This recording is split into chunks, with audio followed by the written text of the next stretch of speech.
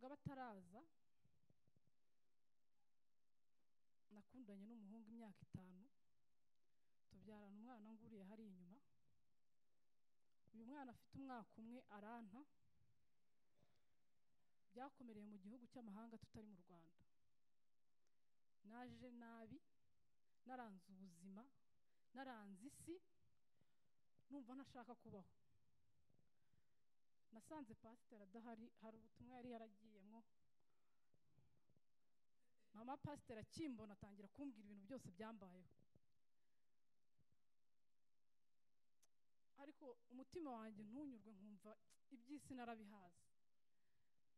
Rimwe mama pasiteri ari gusenga, Imana imubwira ko nshobora kwiyambura ubuzima. Yadufashe amaboko hariya, arangije aratubwira ngo ubukwe bwacu ngo bugiye guhagararamwo n'abantu 4. Ngo ni Imana ibohereje baje gukora.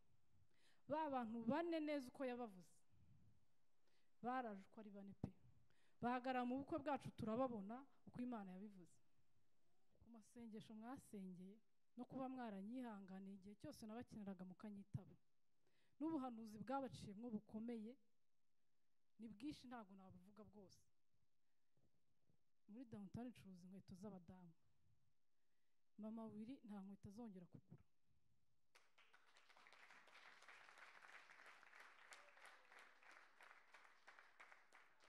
Inkweto yose azaba akeneye, nishaka izabigura 30, nishaka izabigura 40, azajya azayifate agende. Kuyamashimwe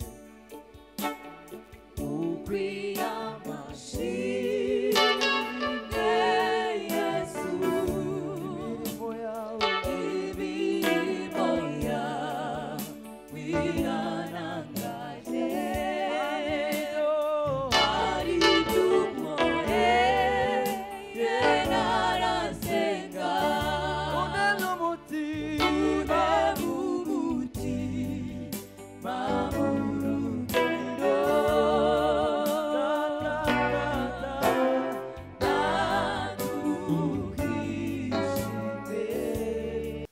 mbega reka mvuga ijambo rimwe. Nibwo uruziramire rwandutse nari wo gupfa ku itariki 30 z'ukwezi kwa 4 umwaka ushize, nibwo nari nkurosinze uriya mugezi wa Kagera.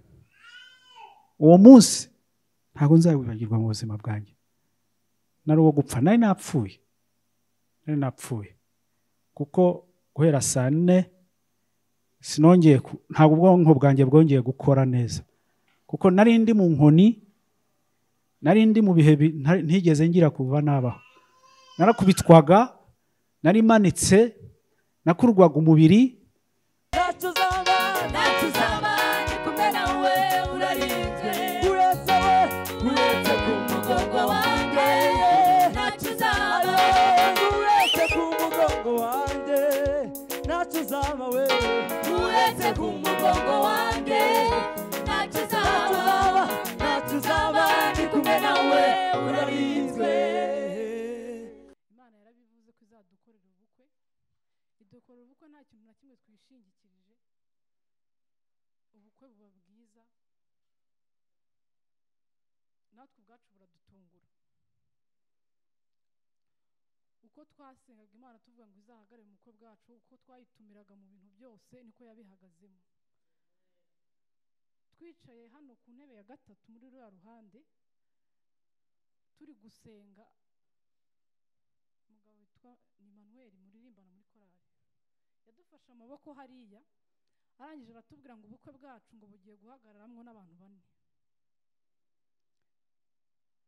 Ngo ni Imana ibohereje baje gukora. Ba bantu 4 neza uko yabavuze, baraje uko ari 4 pe. Bahagara mu bukwe bwacu turababona uko Imana yabivuze. Twaciye mu bintu byinshi tugitangira, tukimenyana, tumaze iminsi turi gutangira ibintu by'ubukwe. Twaciye mu bintu byinshi bikomeye kugeraho twumvaga twahagarika n'ubukwe. Ariko twaza gusenga Imana ikatubwira ati nzabana namwe, Imana ikavuga ati nzabakorera ubukwe. Turangije tuvuga se ubundi turi bande bo guhindura ubukwe cyangwa bo guhagarika ubukwe. turakomeza turwana intambara, ubukwe buraba burarangira. Nyuma y'uko naje kurwara mara igihe ndwaye, niyo mpamvu twatinze no gushima Imana. Nabwo turasenga, Imana irankiza, byari bikomeye ariko Imana yarankijije. Mbere gato hari ikintu gikomeye nshaka gushima Imana. Pastor, mbabarira ubanze unyumveho gato, mbabarira uhaguruke wegere hino. Icyo noneho kiri hagati yanjye nawe na madamu wawe.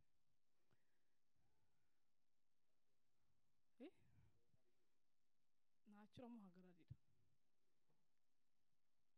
Uyu mugabo ataraza nakundanye n'umuhungu imyaka 5, tubyarana umwana nguriye hari inyuma. Uyu mwana afite umwaka umwe aranta, byakomereye mu gihugu cy'amahanga tutari mu Rwanda. Naje nabi, naranze ubuzima, naranze isi, numva ntashaka kubaho. Nasanze pastor adahari, hari ubutumwa yari yaragiyemo. Mama pastor akimbona atangira kumbwira ibintu byose byambayeho. Ariko umutima wanjye ntunyurwe, nkumva iby'isi narabihaze. Rimwe mama pastor ari gusenga, Imana imubwira ko nshobora kwiyambura ubuzima. Atelefona mukuru wanjye arabimubwira, anjyana kwa amasasu mu butayu na mukuru wanjye. Aransengera, nibwo yatangiye kunsengera, arambwira ati wa mwana we reka kwiheba, reka kwiyanga, Imana ikuzaniye umugabo w'umurokore. Reka umupagani utarakebwe, Imana ikuzaniye umugabo usenga. Imana ije kukubakira ubuzima, gusubize icyubahiro cyawe bakwambuye. Sinabyumva neza, ntaguma numva nkihisha abantu.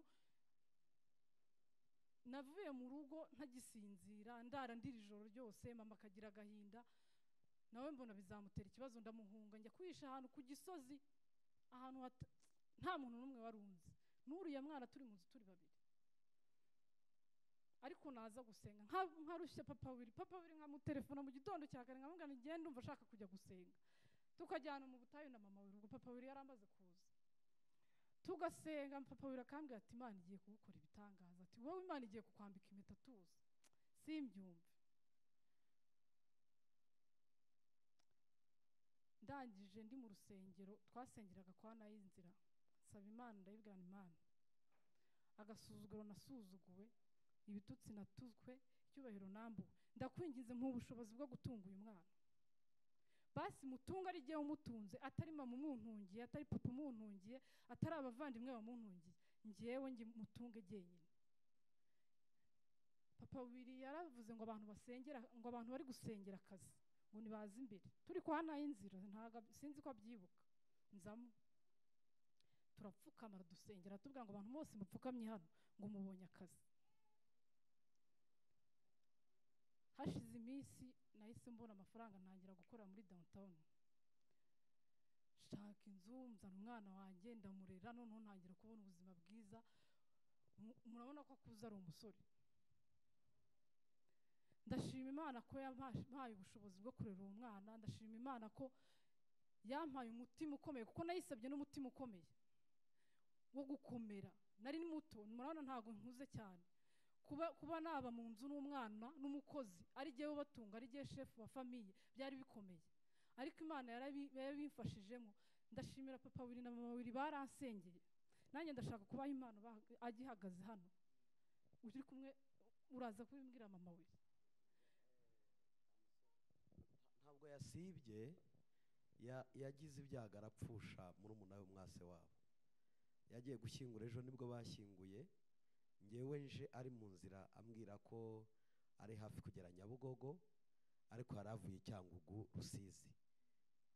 Yagiye ejo mu gitondo azindutse, bashyingura nyuma ya saa sita, ararara. Uyu munsi rero araje.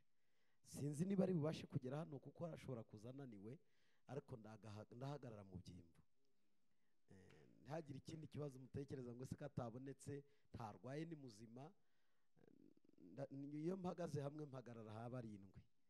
Ubwo bibaze bana banjye na nyina, uwo mubare uruzuye.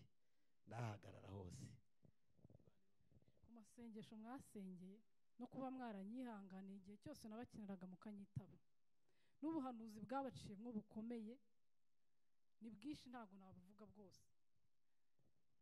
Muri downtown icuruza inkweto z'abadamu, mama wiri nta nkweto azongera kugura.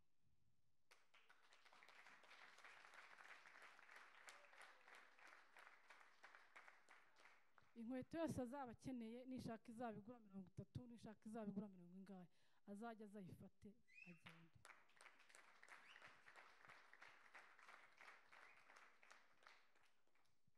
Kandi ndabashimiye cyane mwarakoze. Murakoze. Arashimiye ariko nanjye nagira ngo ngire icyo nongeraho. Ndashimiye Imana rero ko nanjye koko yampaye umufasha mwiza. Umufasha mwiza vraiment. Bakome Imana mashyaka.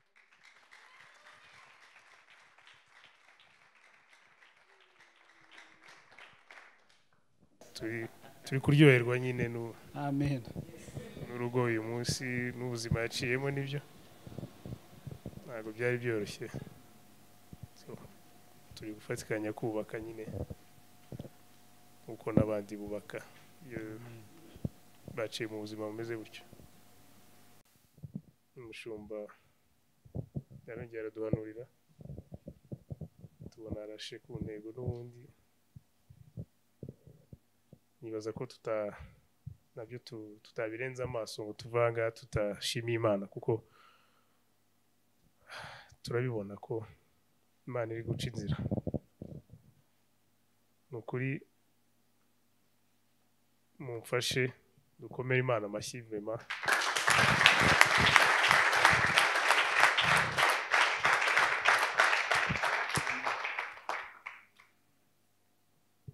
Ikindi gihe kandi tuzongera duhagarara aha ngaha dukomeze dushime kuko ni byiza dukomeza kubona ni struggle abantu bagiye bakora ubukwe ni benshi, abo bukwe haba kwitegura aba struggle n'ubundi buzima bugakomeza ariko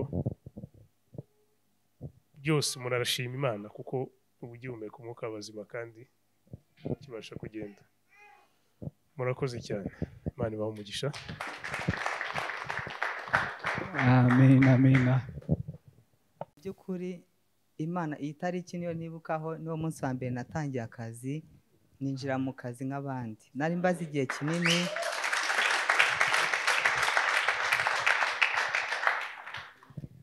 igihe kinini mbisengera ndi umushomeri mbanza gushimira itoro Bethlehem narerewemo ndibatirizwamo ndikuriramo. Ndibuka umunsi umwe pasiteri yaramanuriye ngo ninere haleluya 7 ngo Imana impaye akazi. Icyo gihe ntago byatinze haciyemo nk'iminsi ngahe nahise mbona akazi, ariko ako kazi nari nabonye ntago nari nkishimiye, numvaga ari akazi wenda nishimiye kuko wenda kari karimo ingorane nyinshi cyane nkumva umutima wanjye ntago ubohotse. Ariko ako kazi nkagezemo Imana yagiye inkorera ibintu byinshi cyane, nkamazemo imyaka igera muri ndumva yuzuye 3 ariko maze kubona amakontra 3. Imana nukuri yagiye ikora ibikomeye. Imana rero yabanye nanjye muri ako kazi nkagenda habaho wenda gukoramo hagaragaramo amakosa wenda nayakoze cyangwa se nayakoze cyangwa se undi munsi nayakoze, ariko Imana ikabona ko nta mutima w'ubushake nabigizemo. Rimwe na rimwe ijya yihanganira amakosa yacu igasa nkaho yirengagije ibyo twakoze bitari ibyo.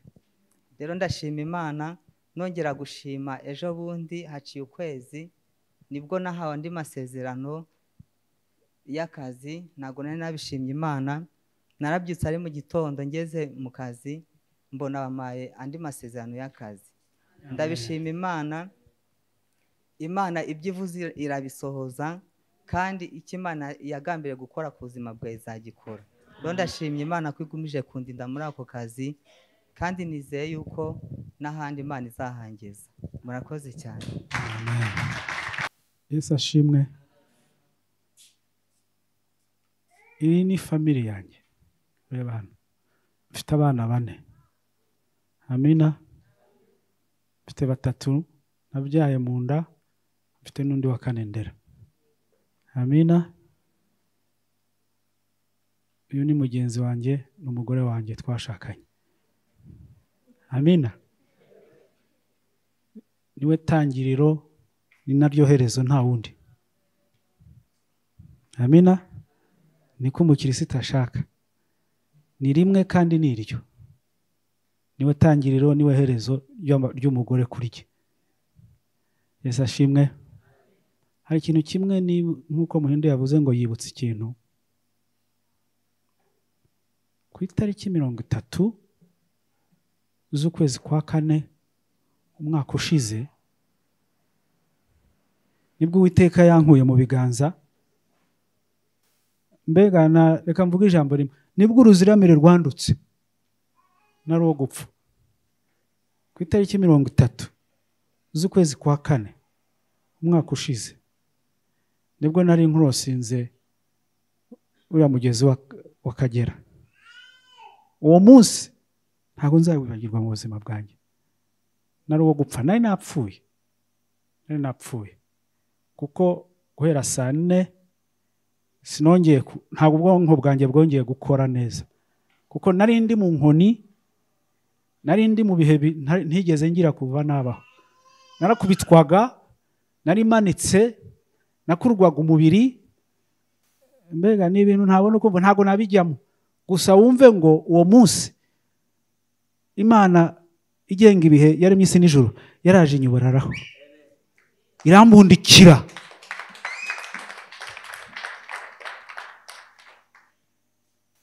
N'ubuhamya natanga burebure ariko ndashaka gushima Imana ko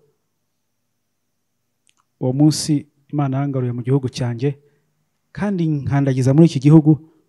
Ibyo yakoze ntago mbizi. Ntago nakabaye ngenza amaguru yanjye. Ntago nakabaye mfite amaboko. Niba ntarapfuye nta nubwo basi nakabaye ndi muzima ngenda neza. Ntari kimuga ntasunikirwa mu kagare. Niba ntarapfuye ntago nari nkuriye kuba ngenda ntari mu igare. Uko niko kuri. Ariko Uwiteka Nyiringabo akora ibikomeye. Niko yabigenje mbona ndahatambutse.